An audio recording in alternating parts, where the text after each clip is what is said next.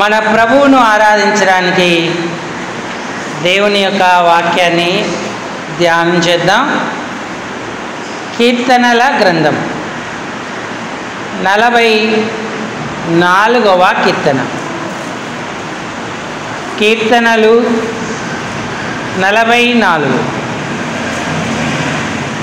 8వ వచనాన్ని మాత్రమే మనందరం 2 సార్లు స్పష్టంగా బిగ్గరగా చదువుకుందాం. కీర్తన 44, 8వ వచనం. దినమెల్లా మేము దేవుని యందు అతిశయపడుచున్నాం, నీ నామమును బట్టి మేము నిత్యము కృతజ్ఞతాస్తుతులు చెల్లించుచున్నాం. మరో పర్యాయం. దినమెల్లా మేము దేవుని యందు అతిశయపడుచున్నాం, నీ నామమును బట్టి మేము నిత్యము కృతజ్ఞతాస్తుతులు చెల్లించుచున్నాము. చాలండి.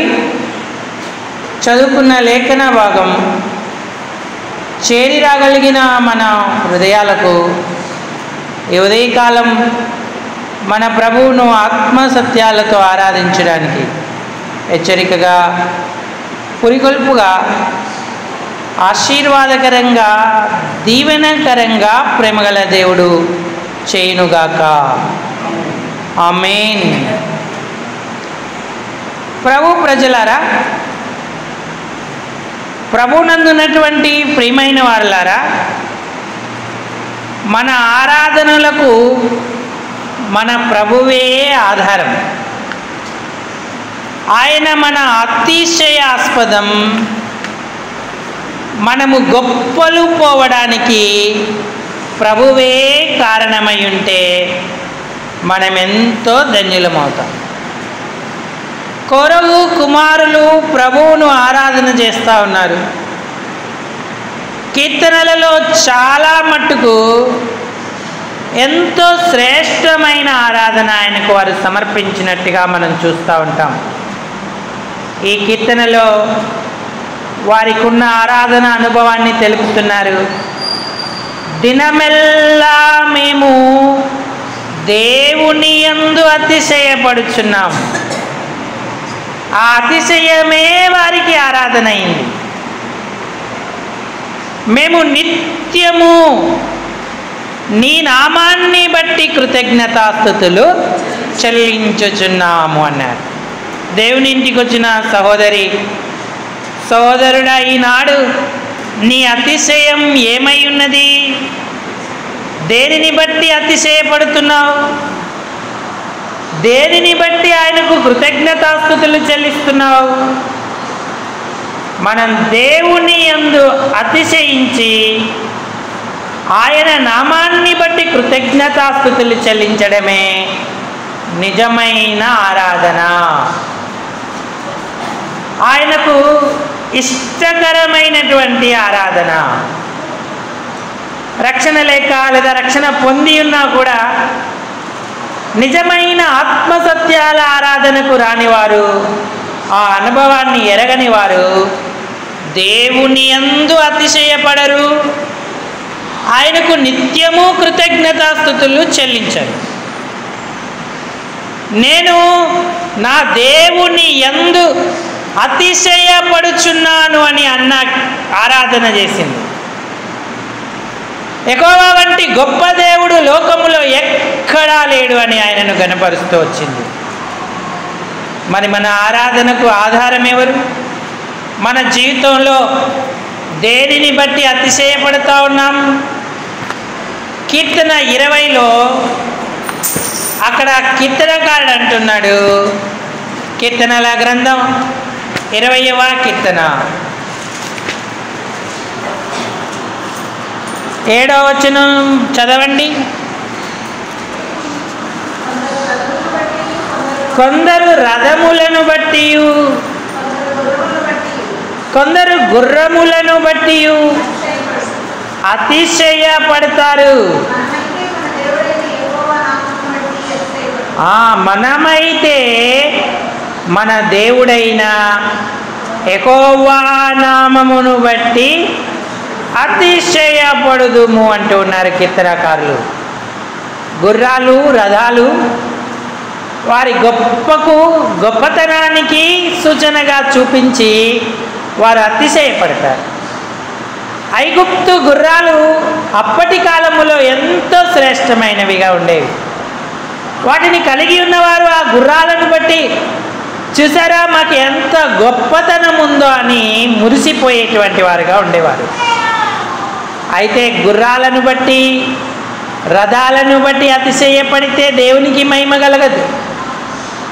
ఈ కీర్తనాకారులు వాటిని లక్ష్య పెట్టక మనమైతే మన దేవుడైన యెహోవా నామమును బట్టి అతిశయపడుదుము అన్నాడు.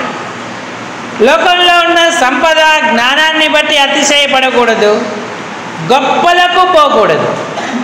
రక్షించిన దేవుణ్ణి బట్టి అతిశయపడాలి, మేలు చేసిన ప్రభువును బట్టి అతిశయపడాలి. ఇర్మియా గ్రంథం 9వ అధ్యాయం 23వ వచనం.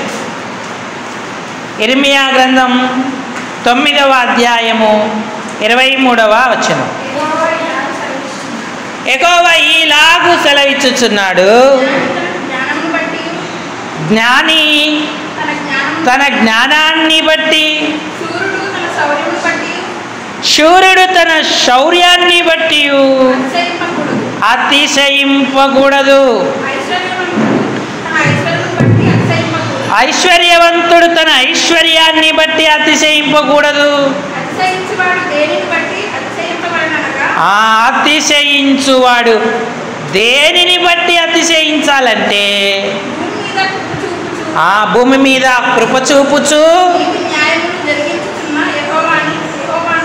నీతి న్యాయములు జరిగించుచున్న యెహోవాను నేనేనని గ్రహించి నన్ను పరిశీలనగా తెలుసుకొనుటను బట్టి అతిశయింపవలెను.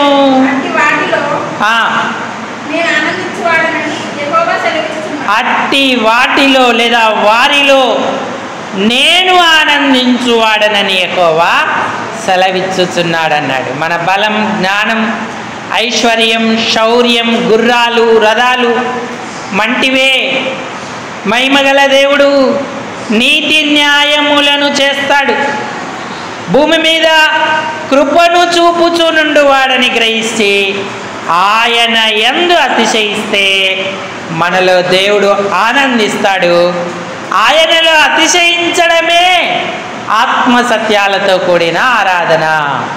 ఇశ్రాయేలీయులు దినమెల్లా, కొరగు కుమారులు దినమెల్లా దేవుని నామాన్ని బట్టి అతిశయిస్తున్నారు, ఆయనకు కృతజ్ఞతాస్తుతులు చెల్లిస్తూ ఉన్నారు. మరి నాడు దేవుని సన్నిధికి వచ్చిన మనం ఆయనను బట్టి అతిశయిస్తూ ఆరాధిస్తూ ఆనందిస్తున్నామా?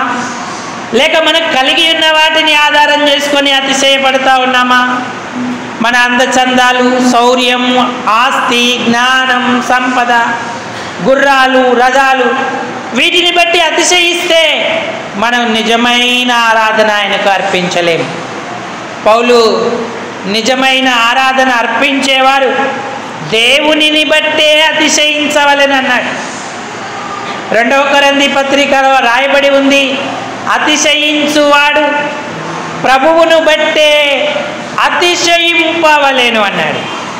ఎందుకంటే ప్రియులారా, మంటి పాపముతో, శాపముతో, అజ్ఞానంలో ఉన్న మనల్ని ప్రభువు ప్రేమించాడు. మనందరి పాపం కొరకు ప్రాణం పెట్టాడు. ఆయన మనల్ని విమోచించాడు. ఆయన మనకు రక్షణ ఇచ్చాడు. ఈ రక్షణను బట్టి అతిశయిస్తూ ఆయన్ను ఆరాధించేటువంటి వారంగా ఉండాలి. రక్షణ ద్వారా మనకు సమాధాన స్థితి కలిగింది దేవునితోనూ, అలాగే మనుషులతోనూ. అంతేకాదు మహిమ గల నిరీక్షణ మనకు కలిగింది. అంతేకాదు ఆయన సన్నిధిన ఉన్నతమైన ఆశీర్వాదాలకు ఆయన పిలుపు మనకు కలిగింది.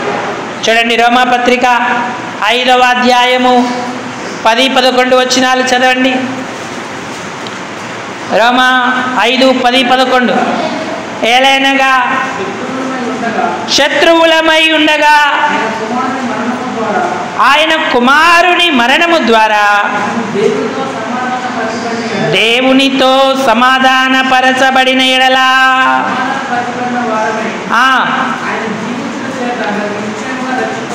ఆయన జీవించుట చేత మనము నిశ్చయముగా రక్షించబడుదుము. మనము మన ప్రభువైన యేసుక్రీస్తు ద్వారా మనము దేవుని యందు అతిశయపడుచున్నాము. ఆయన ద్వారానే మనము ఇప్పుడు ఆ సమాధాన స్థితి పొంది ఉన్నాము అన్నాడు. సమాధాన స్థితి అనే మాట బైబిల్లో ఎలా రాయబడింది? సా తర్వాత స్పేస్ ఇచ్చాడు, మా తర్వాత స్పేస్ ఇచ్చాడు, దా తర్వాత స్పేస్ ఇచ్చాడు. సమాధాన స్థితి అన్నాడు. దానికి ఎంత ప్రాముఖ్యతను దేవుడు ఇస్తున్నాడు. రక్షణ లేని మనకు దేవునితోనూ మనుషులతోనూ సమాధానం లేని స్థితిలో ఉంటుండగా ప్రభువారు ప్రాణం పెట్టి ఉగ్రత నుంచి రక్షించి ఆయన యందు అతిశయించుటకు సమాధాన స్థితినిచ్చాడు. ఈ సమాధాన స్థితి మనం పొంది ఉన్నామన్నాడు. మనం అతిశయించుటకు కారణం సమాధాన స్థితి. ఎంత ధన్యత! దేవుని ప్రేమను గుర్తెరిగితే ఈ సమాధానం మనం పొందుంటే మన ప్రభువుని గురించి మనం అతిశయపడాలి. ఆయన పరిశుద్ధ నామాన్ని బట్టి అతిశయపడి ఆయనను ఆరాధించేటువంటి వారంగా ఉండాలి. రెండవ కారణం ఏంటంటే మహిమగల నిరీక్షణ మనకిచ్చాడు. అదే రోమాపత్రిక 5వ అధ్యాయము 2వ వచనం చదవండి.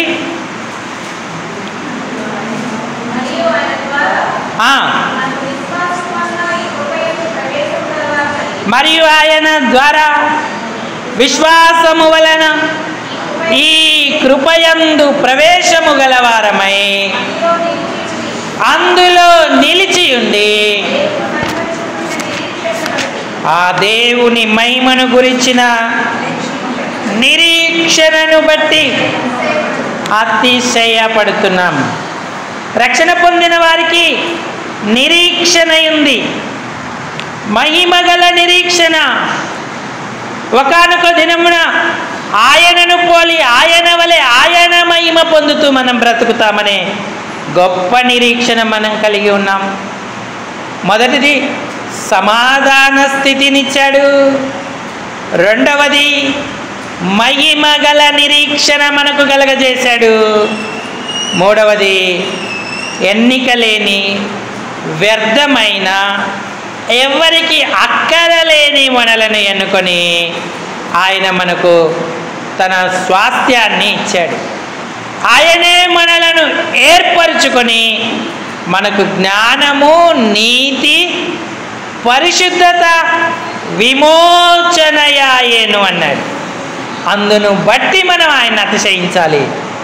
ఇదే ప్రభు యొక్క పిలుపు అని మనం గుర్తించాలి. కొరంథీ మొదటి పత్రిక 1వ అధ్యాయము 30-31 వచనాలు. అయితే ఆయన మూలంగా మీరు క్రీస్తు యేసు నందు ఉన్నారు. ఎలా ఉన్నారు అంటే ఆయన పిలిచాడు. లోకరీతి గనులను అనేకులను పిలవలేదు. ఏ శరీరి కూడా దేవుని ఎదుట అతిశయింపకుండానట్లు వెర్రివారిని, బలహీనులను, ఎన్నిక లేని వారిని, నీచులను, తృణీకరింపబడిన వారిని ఆయన ఏర్పరచుకొని ఉన్నాడు. క్రీస్తు మూలముగా లేదా దేవుని యొక్క పిలుపు మూలముగా మనము క్రీస్తు యేసు నందు ఉన్నటువంటి వారము అంటున్నాడు. అతిశయించువాడు ప్రభువునందే అతిశయించాలి అని వ్రాయబడినది నెరవేరేనట్లు ఈ పిలుపులో మనకు జ్ఞానం ఇచ్చాడు, నీతి ఇచ్చాడు, పరిశుద్ధత ఇచ్చాడు. ఎంత గొప్ప భాగ్యం ఈ పిలుపు. కాబట్టి దేని యందు అతిశయపడుతున్నాం. ఆ అతిశయమే ఆరాధన. గుర్రాలు, రథాలు, లోకంలో ఉన్న ఏవి కూడా మనల్ని రక్షించలేవు. ప్రభువైన దేవుడు తన ప్రాణం పెట్టి ఆయన యందు అతిశయించడానికి మనకు సమాధాన స్థితిని ఇచ్చాడు, మహిమగల నిరీక్షణ ఇచ్చాడు, గొప్ప పిలుపిచ్చాడు. ఆ పిలుపులో జ్ఞానాన్ని, నీతిని, పరిశుద్ధతను, విమోచనను అనుగ్రహించాడు.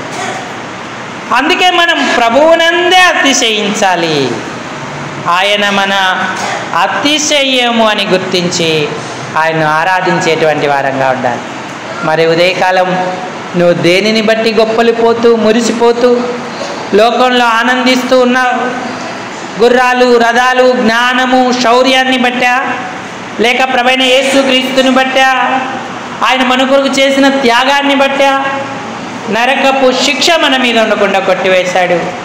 ఎవ్వరూ ప్రేమించలేనంతగా ప్రేమించాడు.